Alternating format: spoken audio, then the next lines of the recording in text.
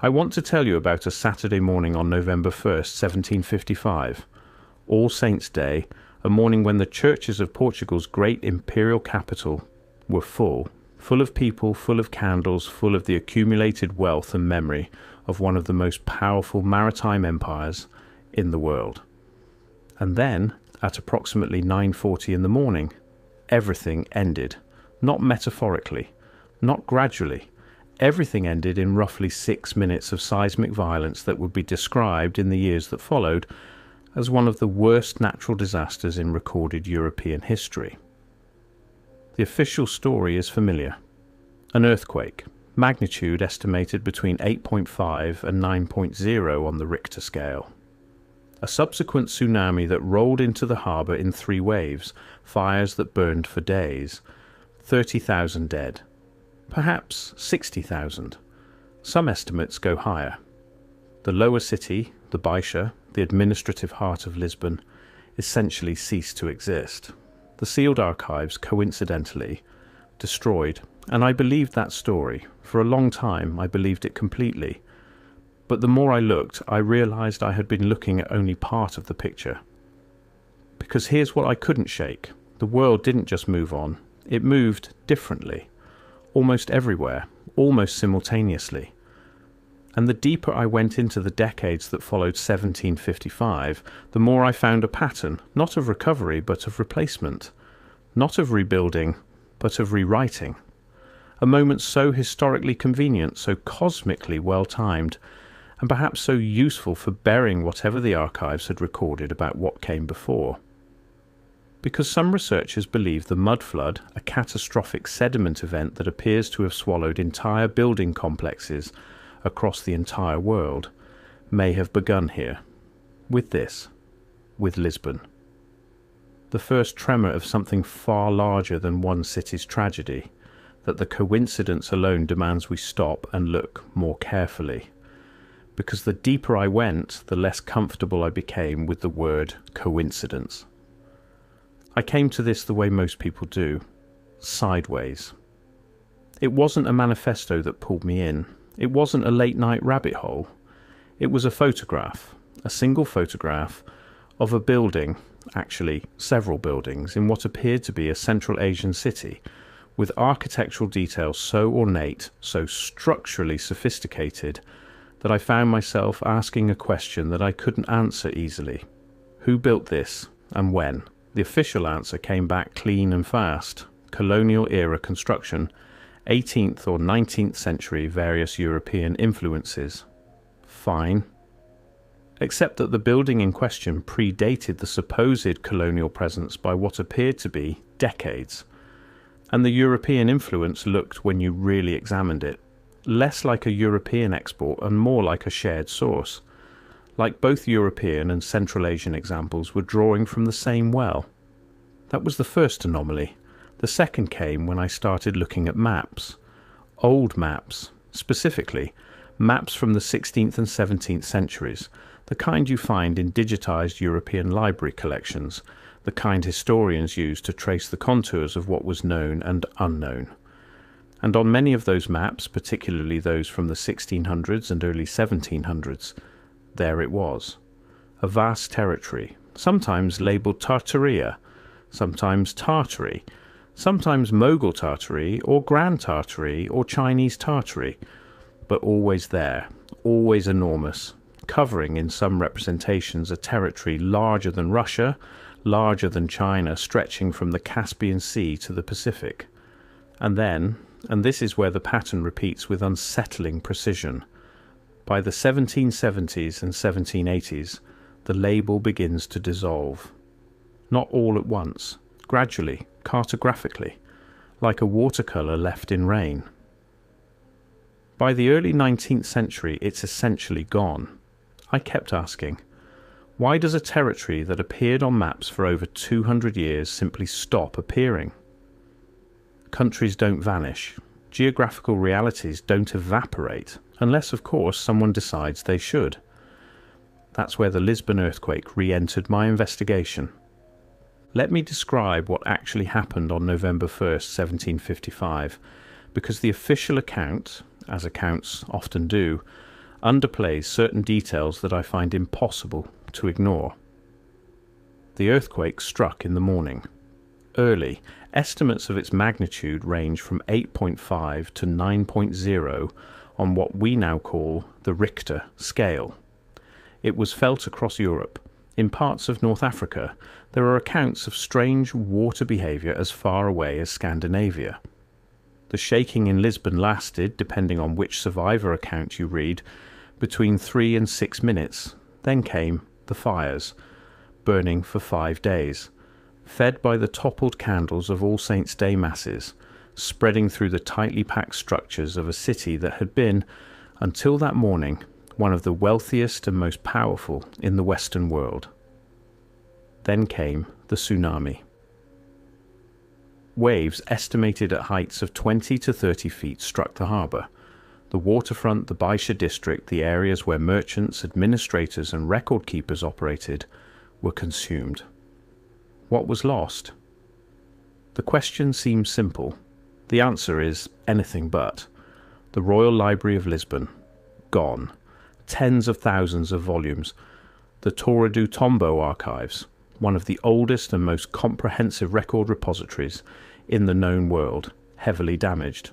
Municipal records, trade records, the records of Portugal's extensive colonial and maritime operations that had, for the past 2 centuries, brought Portuguese ships into contact with territories and civilizations across Africa, Asia, and the Americas. Those records, those contact records, the official explanation says it was a tragedy, a natural disaster, and maybe it was. Fire after earthquake is not unusual. Archive destruction in urban catastrophe is documented elsewhere. I accept that. But the official explanation begins to collapse when you look at what replaced those archives in the decades that followed. Because something remarkable happened after 1755. A man named Sebastião de Melo, better known as the Marquis of Pombal, took effective control of the Portuguese state and oversaw what has been called one of history's most systematic urban reconstruction projects. The Pombaline downtown of Lisbon, built in the ruins, is genuinely extraordinary. Perfectly gridded, earthquake-resistant by early engineering design. Built with a speed and uniformity that contemporary observers noted was almost uncanny. Where did the funding come from? How were the architectural standards so quickly universalized? How was the social organization of reconstruction managed at such scale, so rapidly, by a government that had just lost its administrative center? These are not accusations. These are questions, and when you ask them, you notice something else. Pombal didn't just rebuild Lisbon, he simultaneously reorganized Portugal's relationship with information. He expelled the Jesuits, the primary educators and record keepers across Portugal's word-spanning empire in 1759. He reformed the universities, he restructured what was taught, how it was taught, and most importantly, what was preserved. The pattern repeats with unsettling precision. Disaster, information loss, systematic reconstruction, new educational frameworks. A generation later, the historical record looks different. The Lisbon earthquake was not the only catastrophic event of this period. Not close. In the same general time frame, the middle decades of the 18th century, there is a cascade of events across the world that, individually, each has a satisfying official explanation. Together they begin to look like something else. There are accounts, and I want to be careful here because these come from a variety of sources, with varying levels of documentation, of widespread geological and climatic anomalies throughout the mid to late 1700s. Unusual flooding events in river systems that should not have flooded the way they apparently did. Sediment deposits in European and Asian cities that, in certain cases, appear to predate the official dating of construction by decades. Buildings found partially submerged, ground floors that function as basements, windows that begin below what is now street level. This is what the researchers who study this period sometimes call the mudflood hypothesis. Now, I'm not going to tell you there was a mudflood. I'm not in a position to make that claim. What I will tell you is that the architectural evidence, and there is architectural evidence, photographs, surveys, building records, raises a simple but critical question. Why do so many buildings across so many continents have their lowest levels buried? Not renovated, not extended downward, buried, with the architectural details of those lower levels still intact, still ornate, still, in many cases, more sophisticated than the levels above.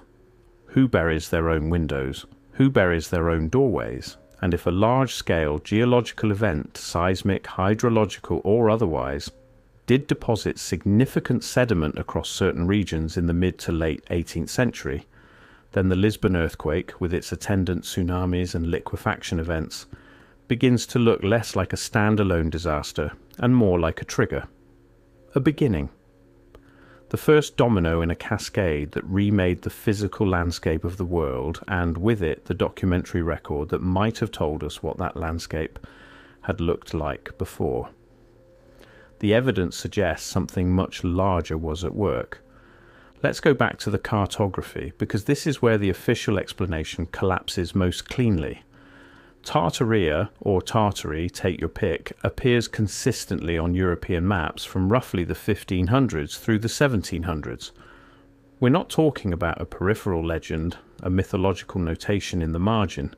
We're talking about a named, labelled, geographically defined territory that cartographers across France, England, Holland, Germany and Spain all agreed existed and agreed on the rough boundaries of. The 1706 map by Nicolas de Fer shows it. The 1710 Herman Moll map shows it. The 1744 Danville map, one of the most sophisticated cartographic documents of its era, shows it divided into sub-regions with named cities, trade routes, rivers. Named cities, trade routes. This is not mythological. This is cartographic infrastructure. This is a territory that someone knew well enough to draw in detail. And then, through the 1760s, 1770s and 1780s, the very decades following the Lisbon catastrophe, the label begins its slow dissolution. The sub-regions lose their names, the cities become unlabelled. The vast interior becomes cartographically a kind of blank. Not virgin territory, the terrain features are still there, but a territory without a name, without a political identity, without, it seems, a civilization.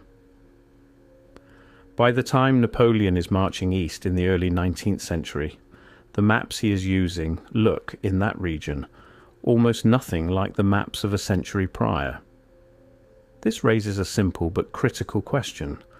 What happened between 1750 and 1800 that unmade a civilization so thoroughly that its name disappeared from every map in every European capital, apparently simultaneously, apparently without debate, apparently without anyone writing a major historical account of how this enormous named territory ceased to exist? Because I have looked, and the silence was deafening. There is no fall of Tartaria in the history books the way there is a fall of Rome or a fall of Constantinople. There is no treaty, no final battle, no succession crisis documented with the kind of detail that historians typically apply to the end of a major political entity. There is just absence, a slow, quiet, cartographic deletion, coinciding with the greatest archival destruction event in the Western world's recent history. Here is where it gets, if anything, stranger. The decades following the Lisbon earthquake and the cartographic erasure of Tartaria are characterized across multiple continents by something that researchers in this space have started calling the inheritance period. It works like this. New administrative structures, new governments, new colonial systems, new municipal authorities appear in regions and cities where, by all official accounts, there was previously wilderness or primitive settlement. They appear in these cities and they move into buildings. Extraordinary buildings.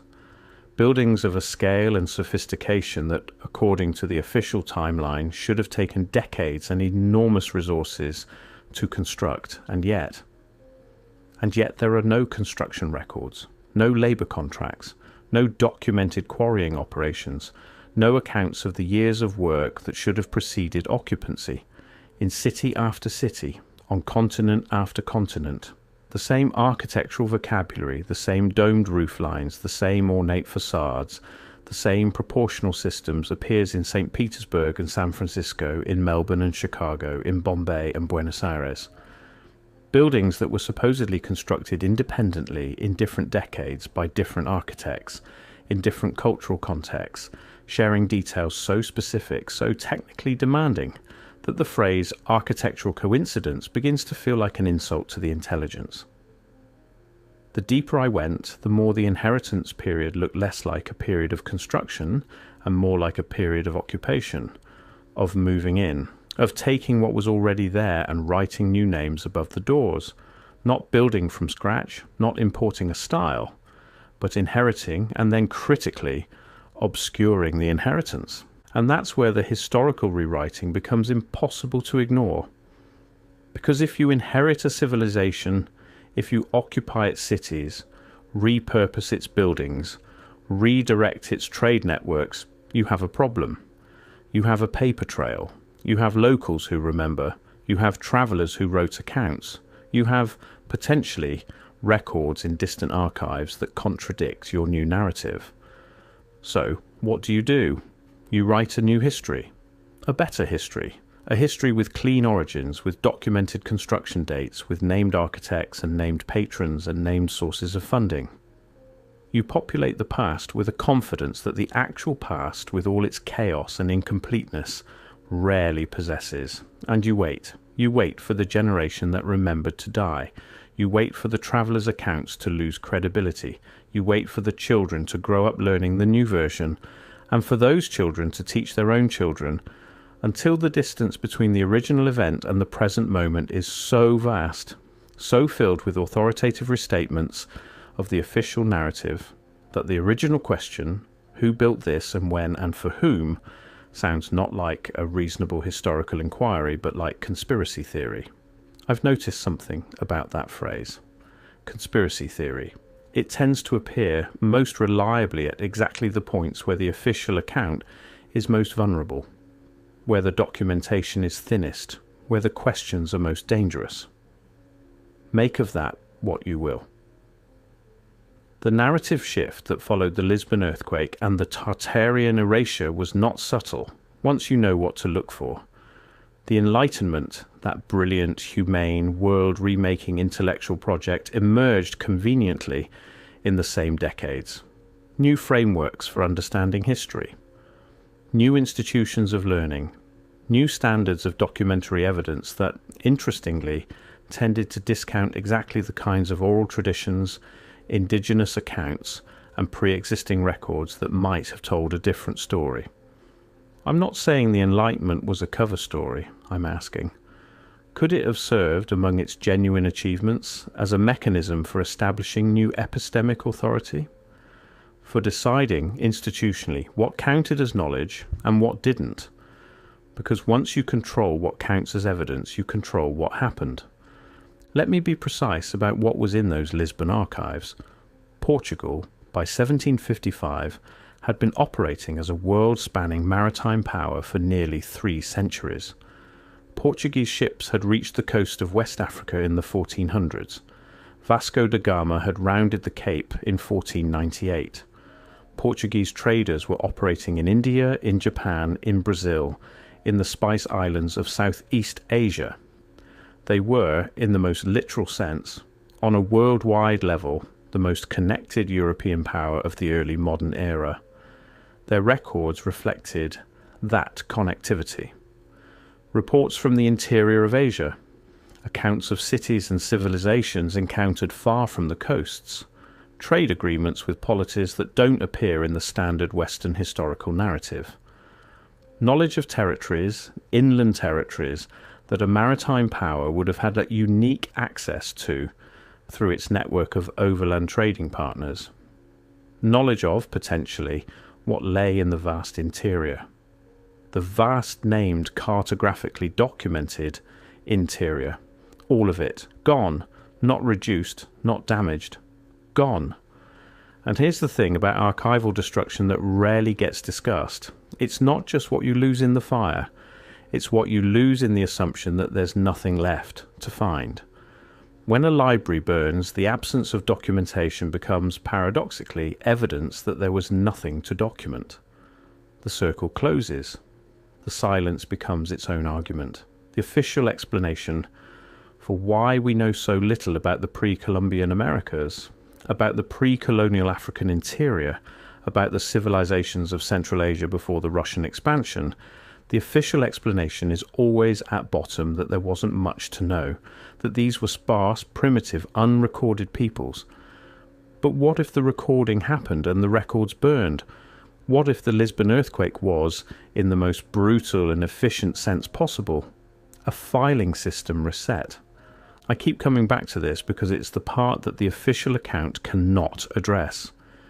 If Tartaria, or whatever we choose to call the civilization, or civilizations that occupied that vast labelled territory, was gradually erased from European consciousness between roughly 1750 and 1820, that erasure required coordination.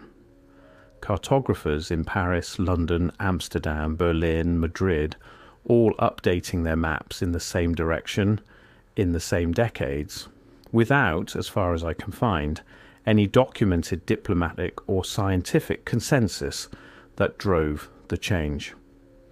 Why would a French cartographer and an English cartographer and a Dutch cartographer all independently decide within a generation of each other to stop labelling the same enormous territory?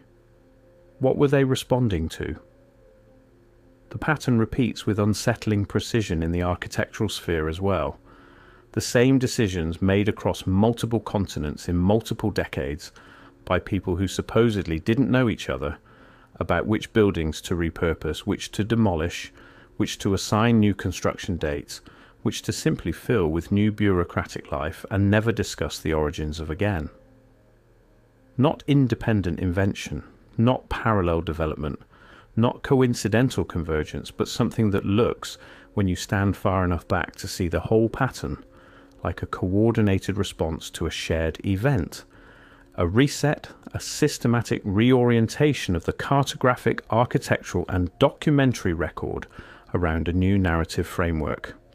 And the Lisbon earthquake, I keep thinking, may have been the moment that made the reset possible.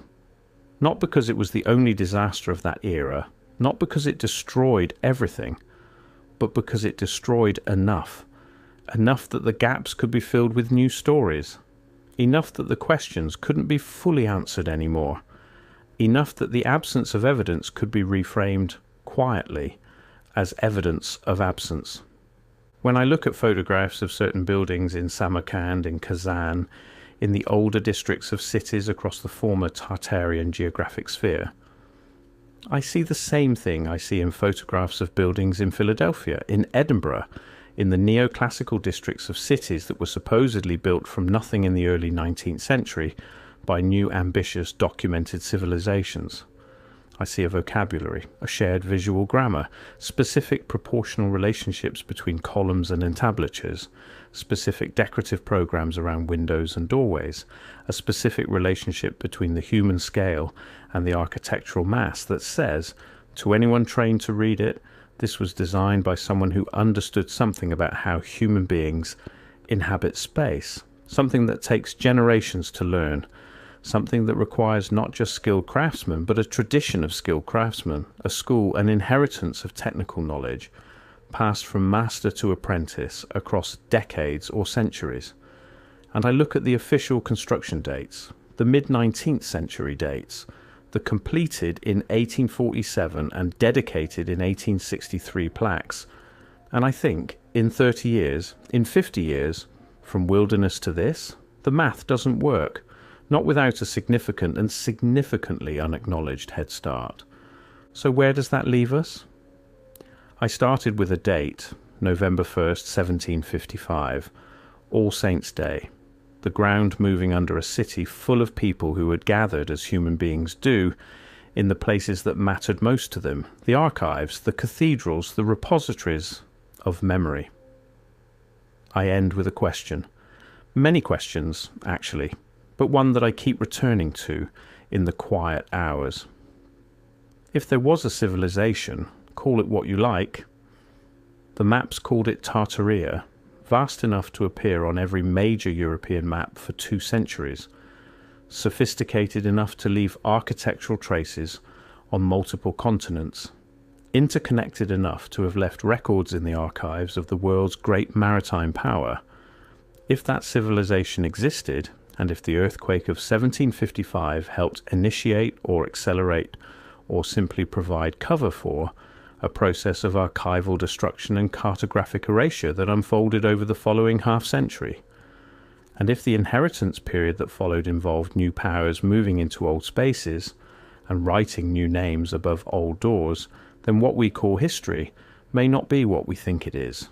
Not a continuous record, not an accumulation of documented fact, but a selection, a curated silence, a set of answers to questions that someone somewhere decided were the right questions to ask, and the questions that remain, the questions that the silence cannot answer, that the burned archives cannot resolve, that the erased maps cannot explain. Those questions don't go away just because they're inconvenient.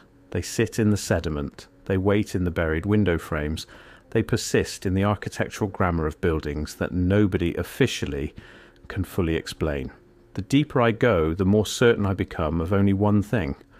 We haven't found the bottom yet.